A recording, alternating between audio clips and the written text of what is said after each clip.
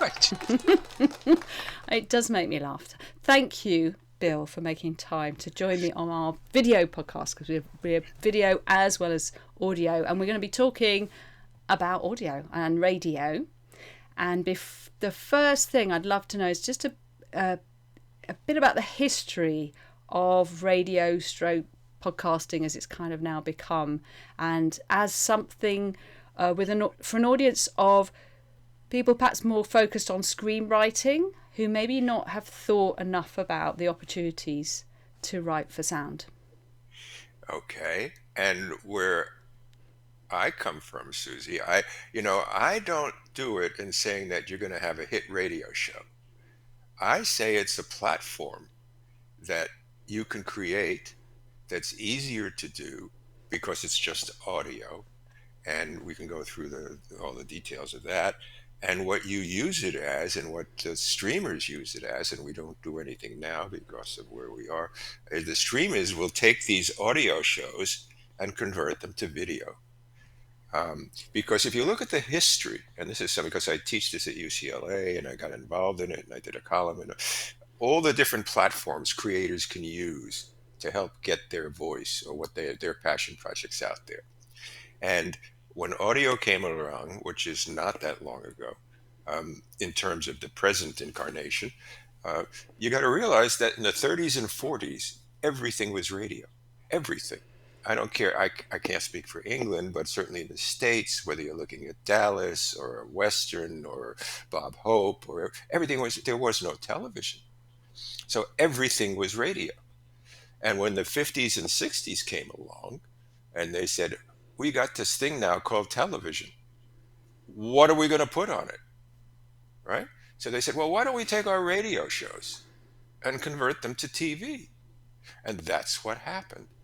So what's Mm. gone on in the last 5 to 10 years is what I call reverse engineering or back to the future. People are saying, we don't have to struggle to make this pilot, or we don't have to struggle to make this thing. If we want to give people a chance to hear what we're talking about, to get a flavor of what we're talking about, we can do this audio show, this audio program. And then that goes on iTunes or wherever it goes. There are all these things.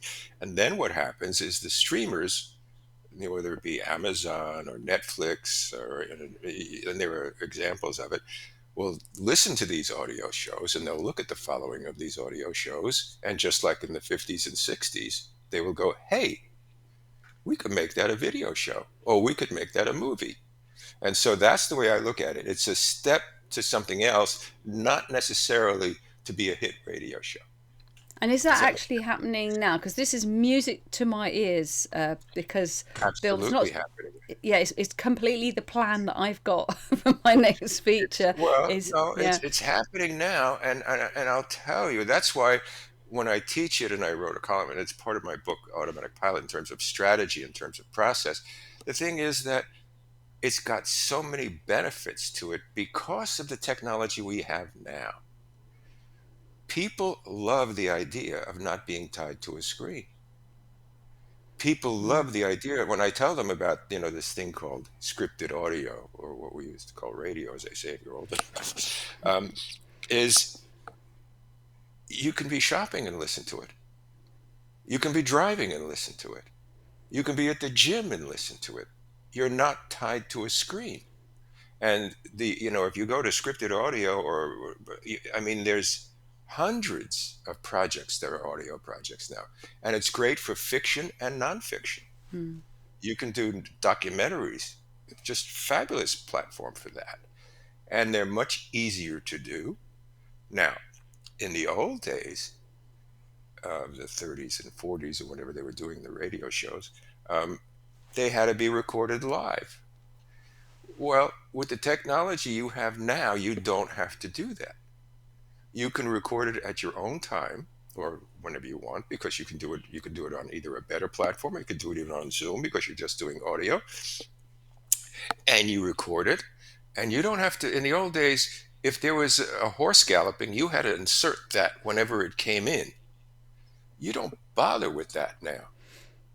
You just record whatever you want to record, and you could put in the sound effects and the music later. So it is a way to get your project out there without saying, "Would you read my script?" And that's the key, because you can end up with all these wonderful scripts, and if you haven't already got representation, you can be doomed to them never being made. And then even if you get, because you've written them so beautifully, you get a job as a writer, those scripts still may never get made.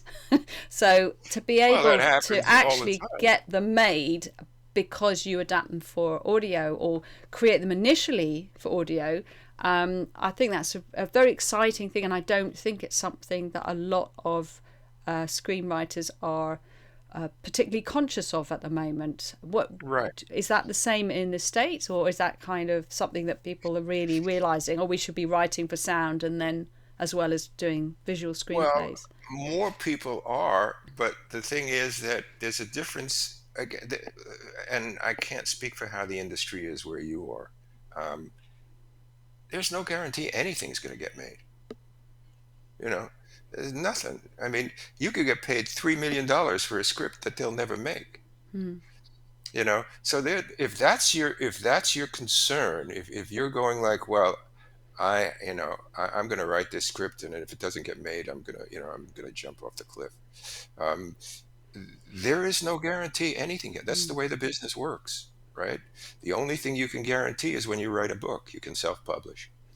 You know, so you really have to say, look, this will be what I call my wish list. This will be my chance to write or create, or whatever you want to call it, my project the way I want it done.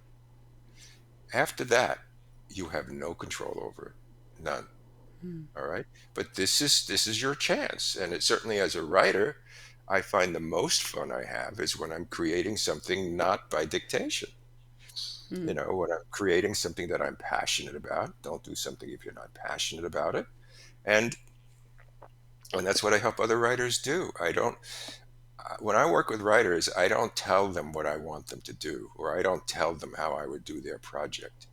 I want to try and help them do their project the way they want to do it. All right. I, Because mm. that's the difference. That's the difference. As I say, and this goes for all of it, not just the scripted audio, it's all about execution. It's all about execution. The idea is the tip of the iceberg. I mean, matter of fact, when I used to teach a course at UCLA Extension, and I teach online now, so it's virtual. But I mean, I used to teach a course, and I used to point out about how it's execution is that I would give them a concept, right? And I would say, all right, somebody walks in with explosives strapped around their waist, threatening to blow it up. All right, I want you to write this as a Cosby. I want you to write this as an All in the Family. I want you to write this as a Dallas. I want you to write this as a Mission Impossible. And you take the same thing, and you could see it's all about execution. And that's exactly what everything is about. And nobody is going to execute your concept the way you do. And that's your uniqueness. And that's what people are interested in. They don't want you to be like somebody else. They don't want you to, they don't Mm. need you to do, I'll give America Law and Order. They don't need that. They need you to do that thing that they didn't even think of. The Transparent, the Mrs. Maisel, whatever. I mean, again, whatever the original ones are. Um, that's what knocks them out. And that's what gets the audience. I mean, we have something going on now, and I don't want to be too timely because this dates it. But we're two features are out there that are totally different from each other, but they are both so original, whether you like them or not. They're both so original. People are flocking to see them. Like Barbie, I presume, is one of them, Bobby is one of them, and which I'm going to see next week. Yeah. Oppenheimer's the other. Hmm. Two totally distinct projects done with the creator's vision, And of which course, they, that can be. I was going to say that yeah, can be the same with the audio, but just backtracking slightly. yeah, Do you feel that what's drawing me to audio is two things? One is that creatively, I feel there's a lot of freedom in that medium. You have to write very differently. It's not a simple ad. It's a reimagination of of a visual work, not just an adaptation. My personal feeling is, and that when you create it, you have so much creative freedom because you're not thinking about budget as much because of That's right. location, times. There's so That's many right. things that tie you down when you're writing a screenplay that you don't have to worry about with the audio, which is very refreshing. But also, if you're inclined to produce, at least in the sense of packaging and getting something going, I've just written a low budget horror, but it's still more money. I don't have that money in the bank, and it can be a long journey to get a producer and finance. Whereas I'm in a much better position to produce it and work with audio producers to make it as a audio 6-part series, build excitement, proof of concept. There is an audience for it, and then raise the money to make the movie. Is that something that is common, that's happening This is out there? you've hit on something that I absolutely preach all the time. Going to Mars and going to Africa cost the same amount of money. Yeah. Right. The other advantage that I'll give to you, which is something that I'm aware of now, is there are a lot of actors and actresses who are getting aged out of the choice roles. All right. So what you have here is you can go after name talent, and I'll just use one for an example. You can go after Julia Roberts and say, guess what? I don't care what you look like. I don't care how many lines you have on your face. How would you like to star in my audio show? And they'll go, manna from heaven. So you really don't, with your horror project, you can go after name talent Mm. because they don't have to worry about being seen. Yeah, and that's a massive when you're trying to Well, the thing with package something and put it together. Yeah. Julia Roberts did a series that was on, I guess it was Amazon or show. I don't remember what it was on, but it was called Mm. Homecoming, which started as Yes. an audio Yes. project, Yeah. right? It started as an audio project, and then they got Julia Roberts interested, and it became a video project. Yeah. It's a very successful TV show, isn't it? I'm just saying Yeah. that Yeah. doing audio gives you the with whatever, and when you say adaptation, I often tell writers these are just different executions on different platforms, and you have choices today. So, like, I know I work a lot with people whose dream is to have that feature on the big screen at Radio City Music Hall or whatever it might be. That's never been mine. I've always been a television junkie. But the point of fact is, and I say, write your screenplay. Get that, absolutely. Do your passion. All right. You now have that screenplay of your passion project. Great. Is there any other way you can do it? Can you do your screenplay as a pilot? Well, yeah. And I say anything can be made a pilot, you know. And I said, well, why don't you try writing it as a pilot? And let's see which one comes home first.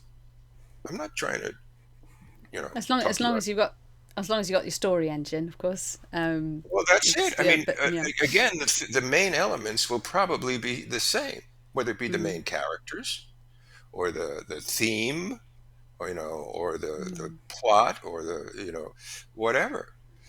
Try. Can you write it as an audio project? Can you write it as a play? You try the different platforms, And because what are the audio opportunities for audio projects now in the States? For one thing I've noticed in moving in early stages into audio here is that when you write the script, it's quite dry. In fact, I've actually confessed that I was one project I'm putting together at the moment.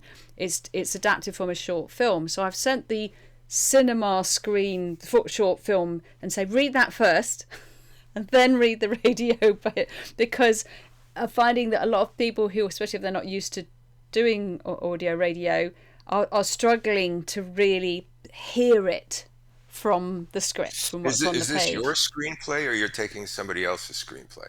Mine, yeah. Okay, Yeah. reconfigure it. This is your chance to reconfigure it. In other words, you say, okay, I got the screenplay, you got to realize, I mean, and the one thing I say is we've been schooled, drummed into us, show don't tell, show don't tell, show don't Yeah. tell, show don't tell, show don't tell. You can't show. Now what? Right? So you have to reimagine it without being able to show. And, a lot of times that just takes a little bit of reconfiguring. And sometimes this is your chance to say, you know what? The screenplay I did linearly, I did it A to Mm. Z.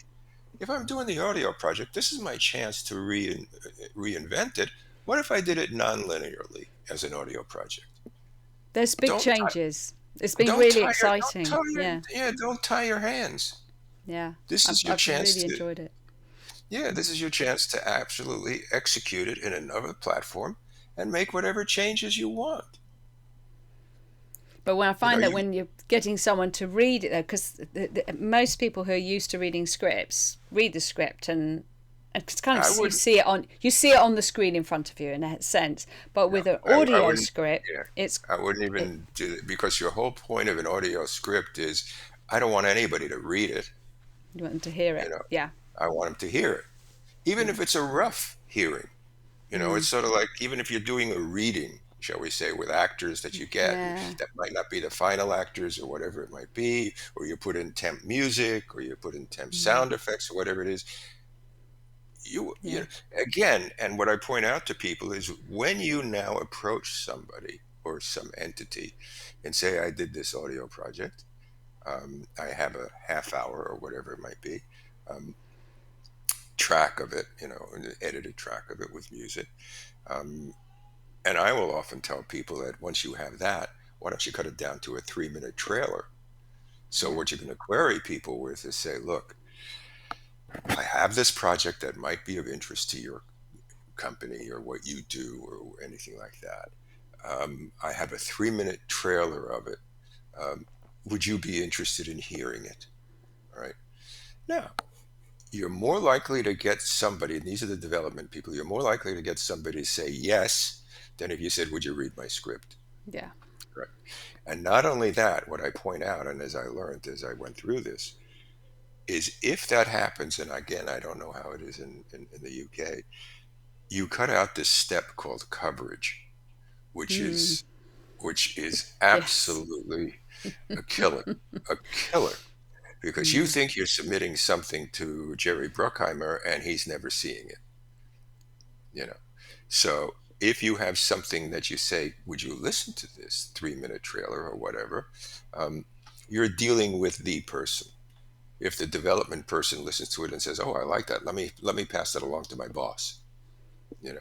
Mm. So if one of the fringe benefits of this when it works is you cut out coverage, which is a huge cutout. Yeah, it's huge. And so, for example, let's say someone had a six-part limited serial, basically an adapted feature at 6 parts, half hour, and a 3-minute trailer to give a sense of mood and the sound, and also a bunch of people who've got a good record. They've done stuff that's gone out there. They're used to that genre, so they haven't just kind of walked off the street and said we're going to do this. In the States, what do you do then? Who do you submit to raise the money to actually make it? Well, again, at this point, I'm not raising any money, Hmm. right? I'm going to go to a supplier, whether it be Amazon. I mean, Amazon, and we're in a difficult time now, and I don't want to get into that, but I mean, Amazon put under contract 12 playwrights to come up with scripted audio for them. Oh. Amazon is the big kahuna in this stuff. Then there's iTunes and there are other distributors, and all that kind of stuff. So you basically want to find a producer who's doing that kind of stuff, Hmm. who you can say, look, you know, I've been around the block a couple of times. I know what I'm doing. Here is an audio project, which at some point might become a video project. It might not. All right. Um, I'd be interested to see if you're interested in producing it. The other thing, and this is something that I do and I talk to writers about and I work with them on their stuff, if they do something like a web series, an audio project, or or they do a pilot script or whatever, I say, look, do not expect this to be on television in the fall. It's not going to happen. Do not expect it to be this on television in 2 years' time. It's not going to happen. But let me give you a different scenario. You have created something that shows your uniqueness, your unique voice, what you're passionate about, what you care about. Some showrunner can take a look at that and say, I want that person on my staff. Right? Now, that is a huge step to take. And that's really, really something that you keep in the back of your mind, that this is not going to waste. If it doesn't get produced, it's not going to waste. The truth of the matter is, getting it produced is really the long shot. It's got so many other variables to it that can happen to it because you've demonstrated your uniqueness. Does Because that make sense? is it, yeah, certainly with visual work, but with audio drama, is there not one of the main incentives for getting and learning how to do that craft well, is that you're increasing the chances of your stories being told? Correct. And it's also increasing your chances of somebody else who's got a big order for lots of series who's saying, why don't we bring this person on staff to help us? Getting a job. And so you mentioned Amazon, and that's are there other outlets for maybe they're genre related, for people who are keen to do more audio work in the States? Because here it's Well, there's quite limited. iTunes, there's Hmm. iTunes again. I mean, you could go and you could search in Google, who's doing audio projects in the UK, or who's doing audio projects in whatever, who's doing audio projects in English or whatever, um, and find the production companies that are doing that. I mean, there are production companies that are doing a little bit of everything, and a lot of celebrities, have their own production companies here. I don't know if I'm telling you. I mean, so you can take somebody like Reese Witherspoon, who has a very large production company, right? So not only is she doing features, not only is she doing pilots, not only is she acting and stuff, but she's also looking to do audio projects. So you need to find that entree for wherever you are.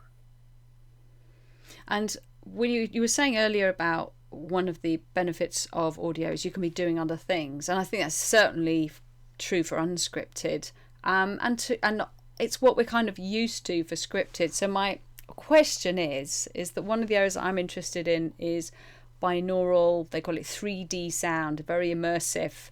To be blunt, it's the kind of storytelling that you decide, my eyes are tired, I'm not going to watch Netflix, I'm just going to sit down and shut my eyes and be in this world. And particularly for thrillers and horror, and you don't want to be trying to drive the car or do something else, because actually A, you'll miss most of it, and B, actually it might not be safe to do so. There'll even be warnings on the front suggesting that you don't do that. Do you think there could potentially be a market for that, or do you think people only want audio drama, scripted audio, where they can still be doing the washing up at the same time? No, no, people. I know people. I mean, people who are on their lunch break, you know, listen to Yeah. an audio project. So no, I wouldn't. I mean, and I don't know what you're thinking about in terms of 3D sound or anything like that. I mean, when you're doing these things, you got to realize the beauty of audio is the visuals are painted by the individual. And the days of radio when the family used to sit around the radio set, shall we call it, and listen to a radio show together, imagining it in their own way, right? That's the beauty of audio. So not looking at a screen and not having it all telegraphed to you is in itself a benefit. Whether you're doing something else or not doing it, so you could be lying down with your eyes closed, you know, and you're brought into this world, and it could be nonfiction, it could be fiction. It doesn't matter. I mean, Or on your commute as well, of course. It could be that totally. long, Well, that's, tedious yeah, commute. Perfect. totally. Mm. Yeah. Or, anything. I mean, I know people, who go to a mall and they're getting a coffee and they're taking their half-hour break or their hour, you know, and they go like, you know, what do I want to? Let me listen to something. Yeah, I'm glad to hear it. And so in the States with because you're very knowledgeable, obviously, about the history of radio into straight. Let's stay with scripted audio for now. What's where do you see that going forwards and developing? Is there a real opportunity for a lot more writers, or is it just going to be the lucky few who dive in? What advice would you give to writers who are considering this pathway? I have very basic advice, which is something that I learned from a very famous screenwriter a long time ago, Robert Town. He did Shampoo and stuff like that, and he used to say, and I have it in my book. He used to say he thinks the trouble with writers in general, and he called them Hollywood writers, um, is they're trying to do something that they think is going to sell.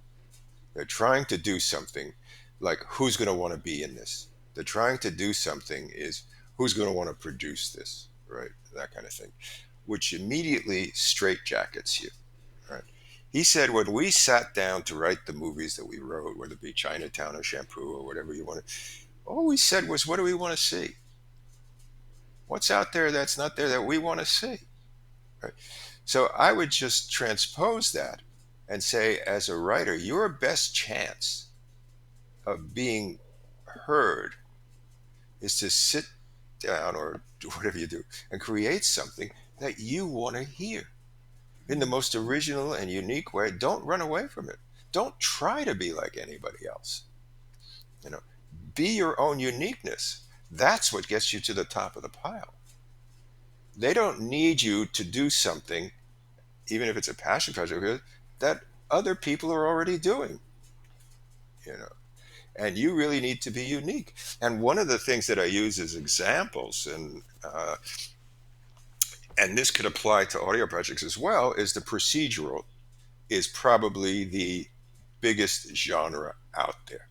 Okay, a crime procedural, whatever. If you look at the history of the procedural in terms of the video terms, yes, Law and Order is the granddaddy of them all. I'm sure there's got to be a Law and Order UK somewhere. so, so, but if you look at all the procedurals that came along afterwards, they always put an element in that was totally unique, that separated it from every one of the other procedurals. So one was done by a guy or a student or a math genius. All the problems were solved by math. Another was done by somebody who's a medium. All the problems were solved because you could see the future. Another was done by a group of geniuses, whatever it might be. The point being made is you want to find that unique element that nobody else has and nobody else is doing in whatever genre you want to be, and hone in on that like a laser. And I would say to the writers who are thinking of doing audio, and you can record it on Zoom. I've done them on Zoom because nobody has to see them. I mean, you can see them if you want, but you just come out with an audio track, and then you can add sound effects and you go what all that kind of stuff. Is I go like, you know what? What do I want to hear? How do I want to do it? You know, I mean, don't listen to what anybody else is doing. I mean, one of the things that doesn't endear me, as I say, the first rule is there are no rules. And anything that's become iconic to me is something that either broke the rules, didn't know the rules, or forgot the rules.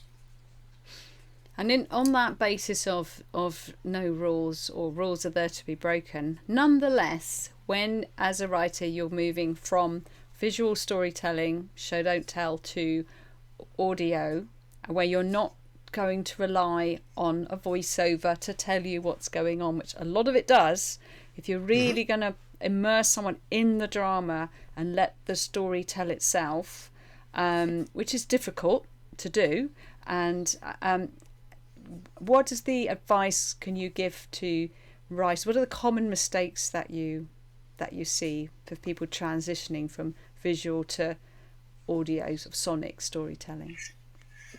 Well, it's like the same thing that I find is problematic in visual storytelling. People get lost in exposition, and they always find that, you know what, I got to lay everything out and tell everybody everything and blah blah blah and on and on and on and on. And I worked on a series where I learned a lot of lessons from a lot of good people, and I learned a lot of lessons from a lot of bad people that I don't want to do. So that I understand that. One of the lessons I learned from really one of the good people I worked with was when I did Hill Street Blues. Was his attitude was let the audience catch up with you. You Mm. know, I don't have to sit there and tell everybody what's going on. I don't have to sit there and show them that this couple walked into a restaurant and got seated by a maitre d' and blah blah blah blah and ordered, and so when they're sitting there and he tells her he wants to split up, I can start with him telling her I want to split up. The audience doesn't have to. They know you walked in, and they know you're in a restaurant, and they know you're all that. So I say the same thing to audio writers. Don't get hung up. The one technical thing that I think, which you can play with after you've recorded it, is you can't get away with the simplest of sound effects. In other words, if in the video project you had a car come to a short stop, all right, well, you see that, right? In the audio project, the audience might not realize the car is coming. You hear the squeal of brakes, but so what?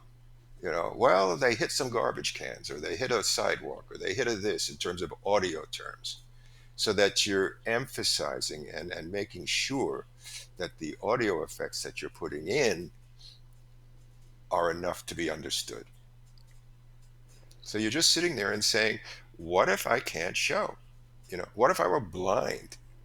Mm. How would I do that? What? Yeah. So What's those are that? What? Yeah. Sorry. Well, so yeah. those What extra sounds to put in so they can create the picture in their exactly. mind? Mm. Exactly. What kind of birds do I hear? What kind of growling do I hear? What kind of this do I Mm. hear? Those kinds of things, because you're thinking in audio terms only.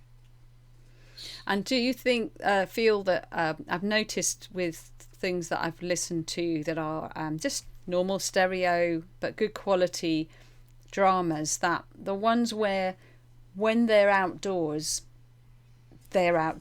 You can tell they're outdoors. There's not somebody twiddling knobs in a studio and making it sound as if they are and putting this out, because you can tell mostly, um, which can be okay with a little play or something. But on the whole, I'm quite an impatient listener. I'm used to TV. I'm used to film. I want that authenticity. Is that just me being difficult, or do you think people want a much higher level of authenticity from, or will do as more people come to scripted audio?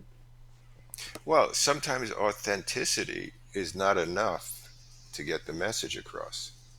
And even in video projects, things are heightened. Things are not necessarily just the way they are in real life. As a matter of fact, I often tell people, and this is with video projects, because they'll make them on their smartphones or whatever I said, you're forgetting probably the most important element, which is the sound. All right. And that can be more important than the picture. And I'll often look, and you can look at a movie and imagine that picture without the soundtrack. It is nothing. I don't care what it is, it is nothing.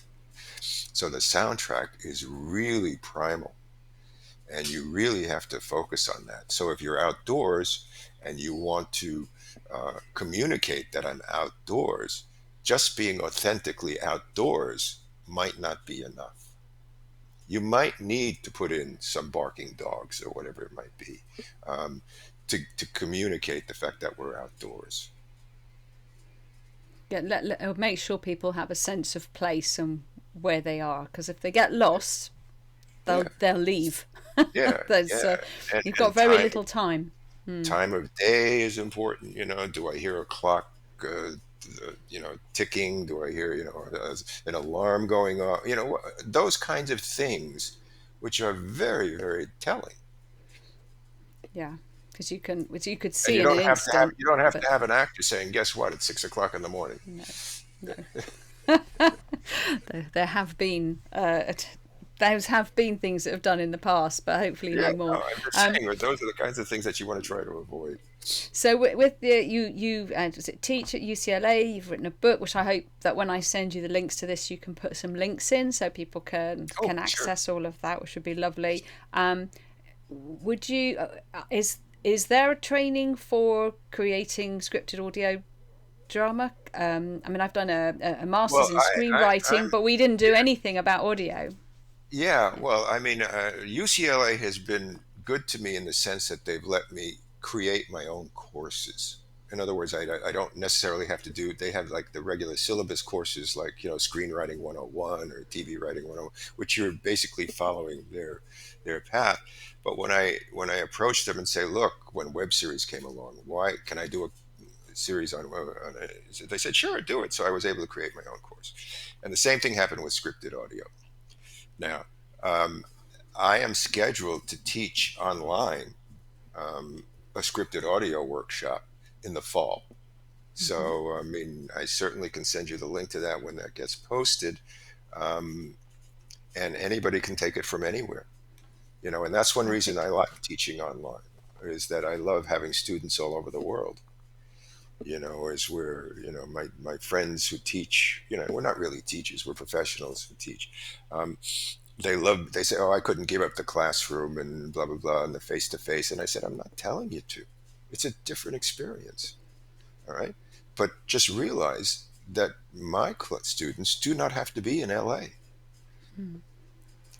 And so, with what inspired you to begin teaching audio drama when you're already doing the web series, the TV?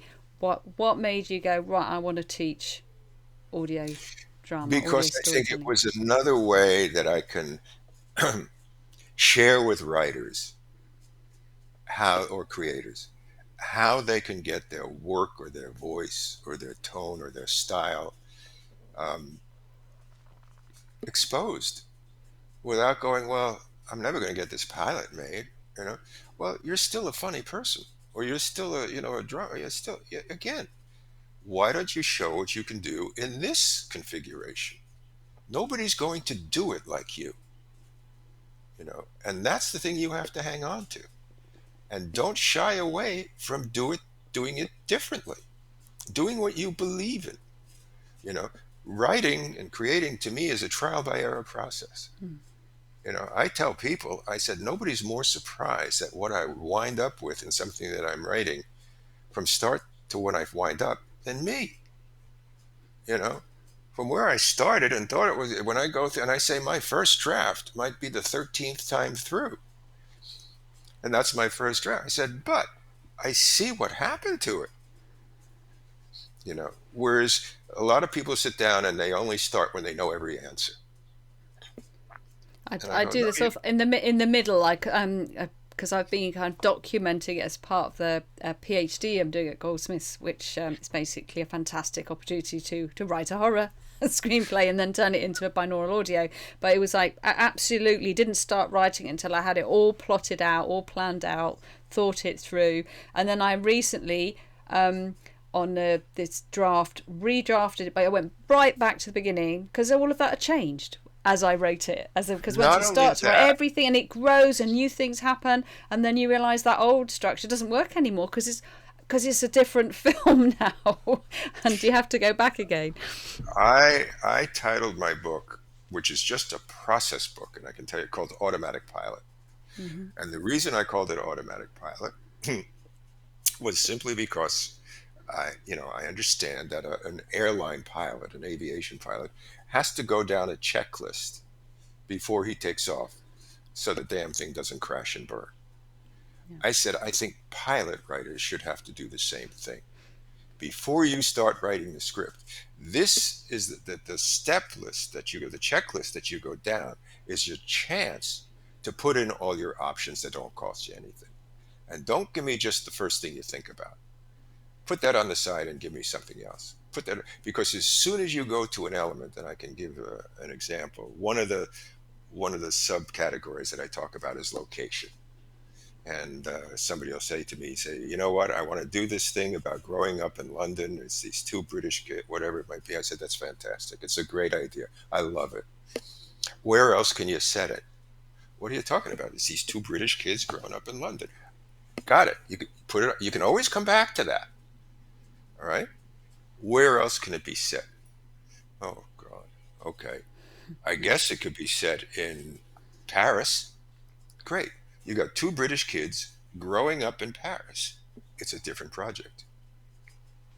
So I make you think about three choices on each element because every time you make that choice, you change the whole project.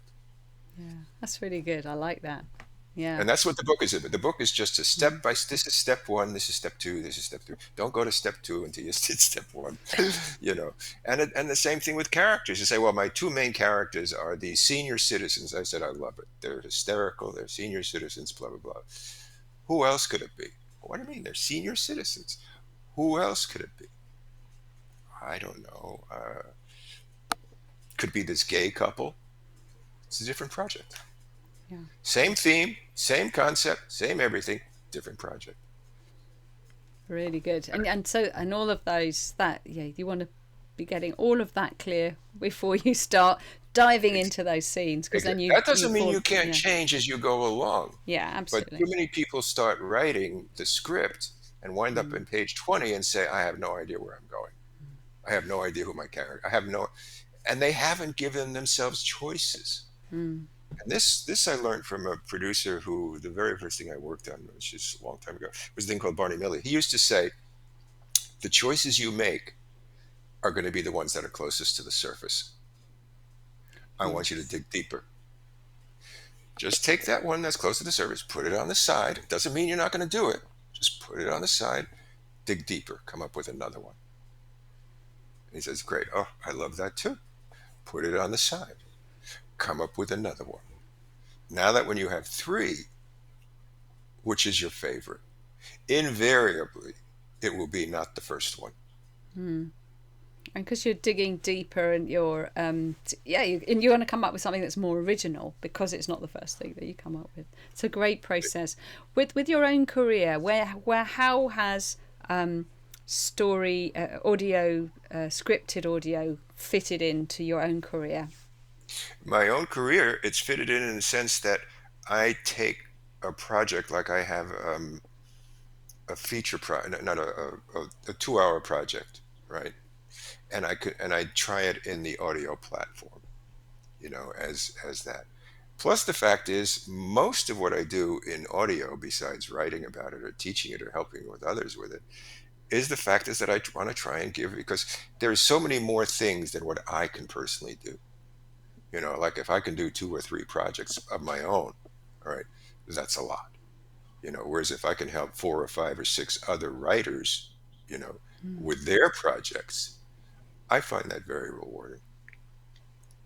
So, do you, apart from your, is that just through your courses, or do you do coaching for No, I do writers? coaching. No, I have one of my side, which I don't really promote it that much, but I work with other writers. I mean, I'm working with a writer now in Washington D.C. I'm working with a writer now, who's in Canada, and again, if I think I can help them with their project, you know, I will say, look, I'd be happy to consult with you. I'm not going to write it for you, but I'm going to help you get what you want to do, not what I want you to do.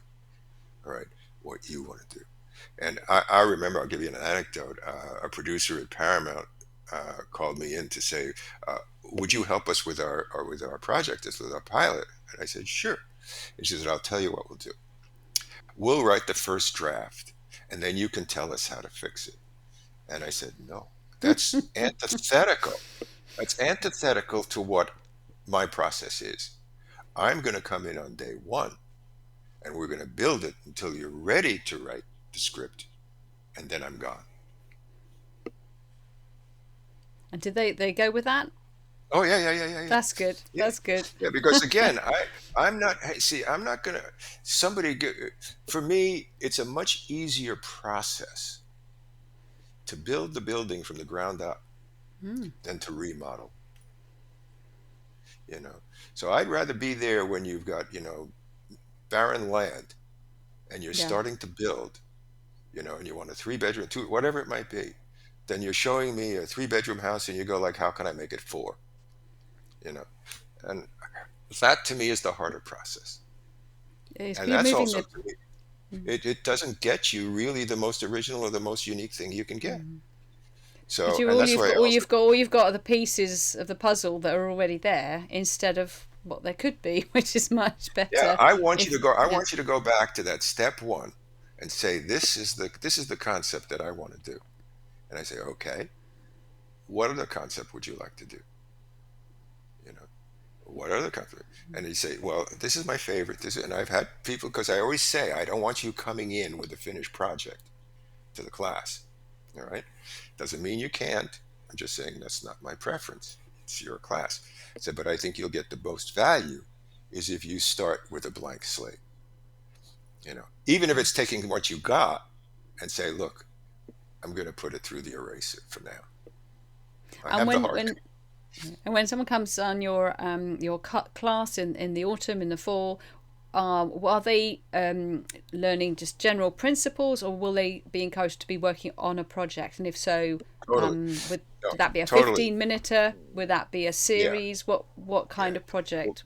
my attitude is that the whole thing is a workshop, which is why they limit the number of people. It's not a lecture Hmm. course. It's a workshop. So they limit it to, I think, 15, 10 or 15, whatever it might be. Um, the whole point is that you're going to go from step one to step 10 in the 10 weeks of this workshop. And step one is your concept. All right. For which I want you to come up with three. Now, I have a process that I didn't realize it at the time. I'm out of advertising originally. I've always been on the creative side. I've never been on the business side of anything. And in advertising, you you have what's called a unique selling proposition. Yeah. What makes this product unique from this product, right? Even if they're the same. I work for big agencies, and even if you're dealing with Pepsi Cola and Coca Cola, how do I separate them? If I go like, well, Pepsi Cola is just another Coca Cola, that's not going to help me. I have to come up with, even if I have to make it up or add it in. Pepsi Cola now has orange flavor. Oh, good. It's different. Pepsi Cola has more bubbles. Coca Cola has more, whatever. I have to come up with the thing that makes these two similar projects unique from each other. I say the same thing is true with what you're creating. So what I created, and when you in the concept stage, is what I call the IOU, which is my creative version of the USP. What's your big idea? That's the I. What's the origin of it? The O. Because often what makes you think of something is what's going to make it unique. I read this book, I saw this article, and what if instead of playing soccer, they were skiing, whatever, whatever made you think of it is the O. And the third thing is the U, what makes it unique. If you can't come up with those three things for your concept, you don't go on to step two. Yeah. And step two are the characters. So I just take you through all of that, whether I work with you privately, whether you want to try the book on your own. I mean, it's up to you, or whatever all that's laid out in the book, um, or whether you want to take a workshop. And with the audio workshop, would the people be working on an audio like a 1 hour or a No, series? no, Is no, there no, is no. there I don't. any No, because again, recommended yeah. format? My attitude is, and I learned this because I used to do 30-second commercials and minute commercials. If you can do a minute, you can do five. If you can do five, you can do 10. If you can do 10, you can do 15. All right. So this is really not a workshop for you to come out with an hour project completed in 10 weeks. Right? I say, let's see if you can do 15 minutes. Yeah. Because the last week or the end week, I want you to record something. I want you to record what you developed over the first 9 weeks on Zoom. I mean, Mm. not necessarily in a studio or anything like that. And so so I want you to go through the step one, the step two, the step three, the locations, the tone, the style, all that kind of stuff. and then wind up where you're going to wind up with the sound effect, and so that you see what the process is. You understand you can do all of it in the sense of understanding what it takes. Doesn't mean that you're going to be the best at all of it, but I mean, you understand what it takes, and you see what you come out with. So for you to take a project that you did in 15 minutes and say, okay, now I want to make it a half hour, it's not you. You've done it. You've done the process, and it's all process. Yeah. And as far as, just to finish off with, on sort of practical basis, are people, is there a market there for, to go, say you've got your 3 minute audio pitch for what you've created, so people get a sense of the feel and the tone and the sound, as much as the concept of the story, and you maybe you even create a nice pitch deck for it, and you've got some people who are maybe you're even attached, but not, and only if they're going to be bankable, and then you go and find those producers or production companies who are making something similar and try to get them asked to commission you, and commission and make the whole thing. Or is there also, I'm thinking of like the Duplass brothers indie filmmaking type of way of just go make it and then try to sell it or get it distributed. Which would you recommend? Is there an optimal way, or is that both of those Well, a I valid mean, way? when it comes to the business side of it, once you've created whatever it is you want to create, and as I said before, that's the last you'll see of it that way. All right. Once you've done that and you're now into the business side of it, um, they often want their own input. And I wouldn't go and say, here are my 10 episodes. Do you want to buy them? You Mm. know, um, I would say I don't. If I, if I'm doing 2 or 3 episodes to show that it's got some legs to it or some, where it can grow, and you're taking it to somebody who says, okay, you know what, we're friends with Jennifer Lawrence.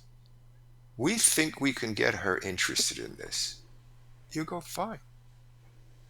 You know. So you want to be able to have that entity who's going to be putting up the money for it. I don't recommend whether it be. I mean, indie features I've never understood. Gotta be. I mean, I've worked with people on indie features who've come up, killed themselves, came up with $600,000 or whatever it might be to make an indie feature, and never once asked how is it going to be distributed. Mm. So I go like, guys, wouldn't that be one of the first things you want to cover before you plunk down $600,000 or come up with it?